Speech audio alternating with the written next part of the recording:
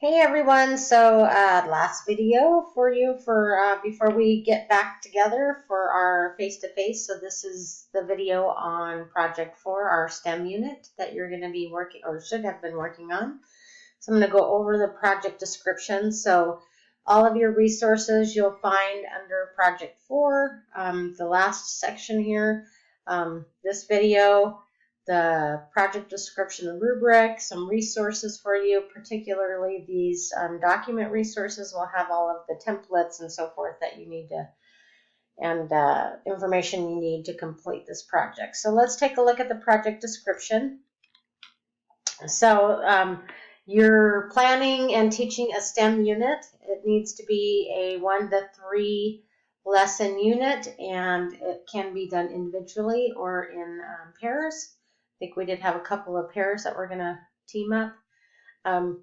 So you will develop a written condensed outline for the unit, first of all, using the backward design model. So remember we practiced that earlier on and looked at that. And so in the document resources here under the unit document, there is the backward design template. So you're going to fill that out. If you would like me to give you feedback on that before you finish your lesson plans, then please email that to me. I'm happy to give you some feedback if it's sent in a timely manner.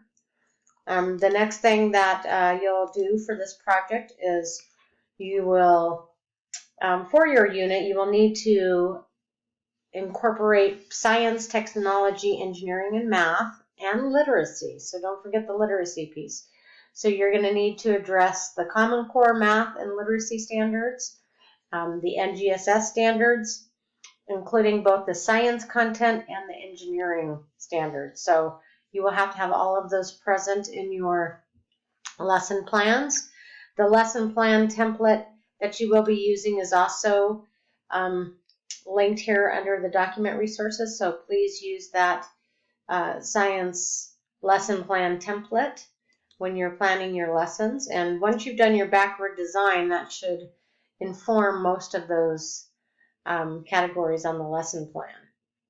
So you need to show alignment between the standards, your learning targets, and your assessments. So in your lesson plans, you need to incorporate some formative assessments showing that you're getting or collecting evidence as to your students' learning. So those are the lesson plans. So that's the first part. You have to develop the unit. You have to write up the lesson plans.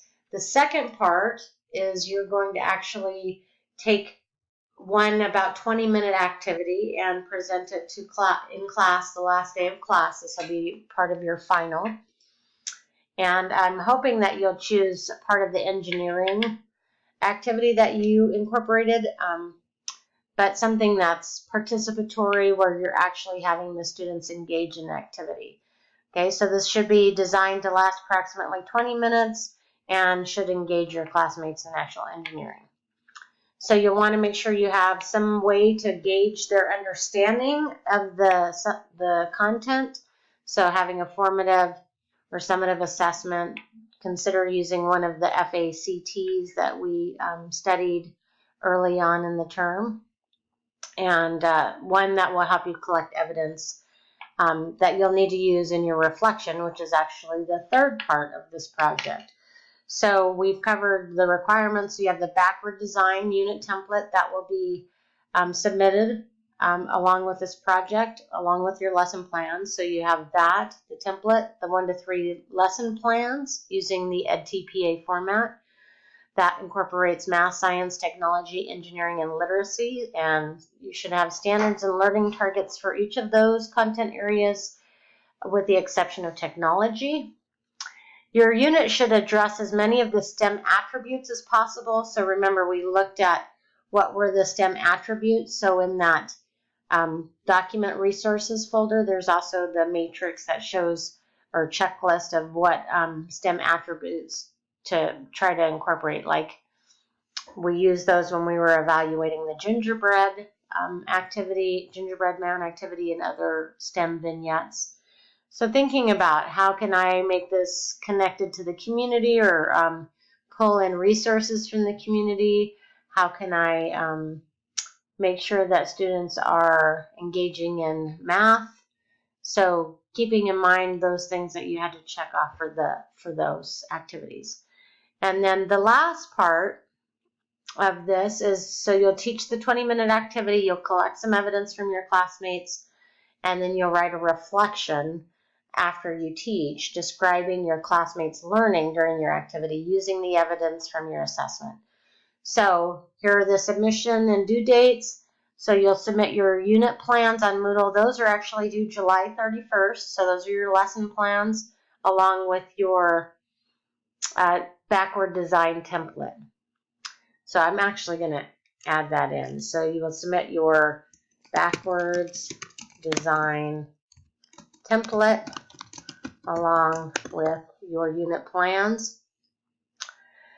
You will self-assess your own work using the rubric. So at the bottom of this instructions is the rubric that I'll use to evaluate you. So you have to do a self-evaluation, giving yourself a score for each category, and then attaching that with your unit plans and your backwards design template. So let me add that in here too, so it's clear.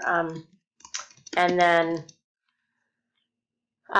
you'll provide actually feedback to your peers the day of the lessons when you guys are teaching. So the last day of class, when you're getting your presentations, each of you will do a peer feedback form. And then the very last thing is your reflection paper. So this will be due by Saturday after we've concluded our term, as the last piece of your final. And so it is actually evaluated on your rubric, but I also have, and this document is also located here, STEM final project reflection paper. So those are the prompts that you'll use. So again, briefly describe the activity you presented to your classmates, use evidence from your students to analyze the patterns of learning based on your analysis of student learning, describe next steps that you would use in instruction to improve or extend their learning, and then how will you support student learning. So, and that needs to be supported with principles from research and theory. And so these should sound familiar or will sound familiar as you do your EdTPAs, because these are very much what they're asking teachers to do today in terms of documenting their instruction. So that is the gist of the final project. This is the final for your STEM class, and you should have most of your lesson plans done before we meet next week, back face-to-face, but I will give you some time in class to work on those and to ask questions, and it'll be more like a little bit of a workshop model, a couple of after, last hour of the class, so that you have time to have me as a resource in firming those up. But I would highly recommend that you don't wait until then to do this, because this is going to take some time. So, hope you're having a good summer in spite of being in class, and I look forward to seeing you again next week.